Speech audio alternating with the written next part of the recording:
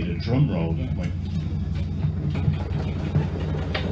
That's it then. So, for the third prize, winning £50, and I'm going to fetch that off here now because I'm sure somebody will be here for this one. The winner is Sometimes My Annoying Sister Is Right by Catherine Leesham.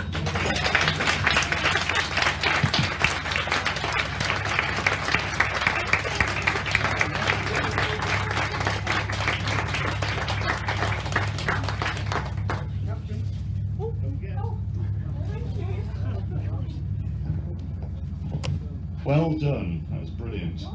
Now I understand that the second prize here, unfortunately the winner can't be with us tonight, so I think we will give a great big round of applause for Once for Friend, Twice for Stranger by Kayla Martel Feldman, who wins £75.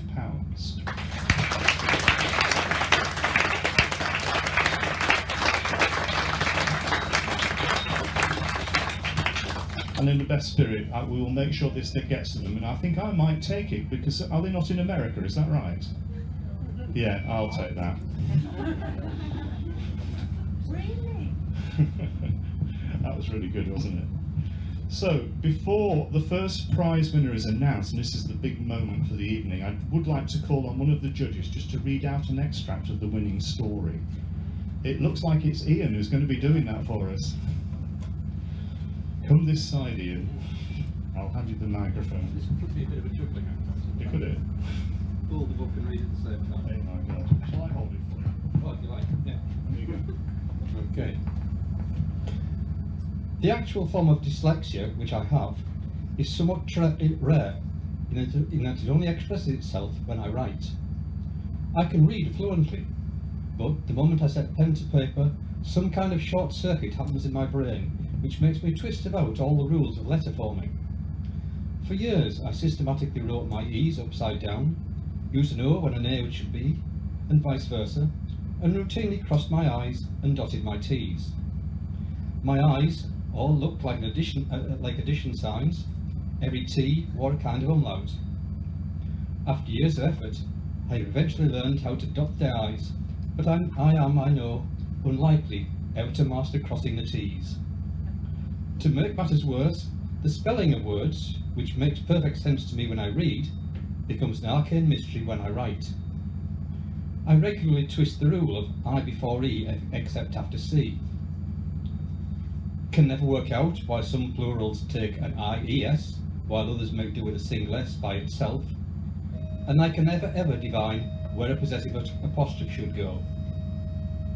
It is a particularly disabling form of dyslexia, since, as I say, it doesn't express itself when reading, so I'm able to read my own notes, I just don't have any clue what they say. As well as the natural bond that exists between a father and his son, the fact that we both suffered from the same form of dyslexia made father and I particularly close. He had little formal education, but was far from being a stupid man. He valued learning, and because of his magpie mind, there were few subjects upon which he could not discourse at length. I take after him. Perhaps our dyslexia made our brains form connections between ideas and statements that seemed bizarre to other people, but were perfectly sensible to us.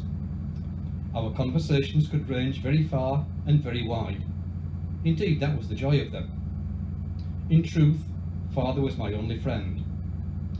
I was, after all, exactly the kind of child who was a natural target for bullies. At school, I suffered the whole repertoire of name-calling, having my possessions stolen, and having to endure random acts of physical violence. Home, particularly father's shed, filled by his comforting presence, was my sanctuary and the place I looked to for intellectual stimulation. I learned more from my father than I ever did from school. I suppose I always knew in my heart that one day I would lose him, but I didn't suppose it would be quite so soon. I suppose, too, I always knew that once he was gone, life would become even more bleak and difficult, and so it proved. What I didn't know is that our last conversation would resonate strangely through the years, hibernating somewhere in the back of my mind, only to suddenly awaken in a therapist's room this morning to resolve a long-standing misadventure. Brilliant.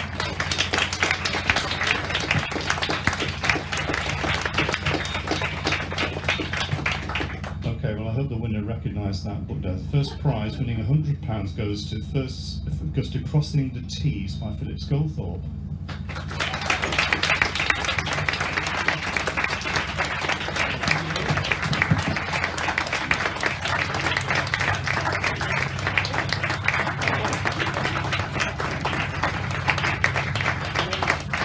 Well done, Philip.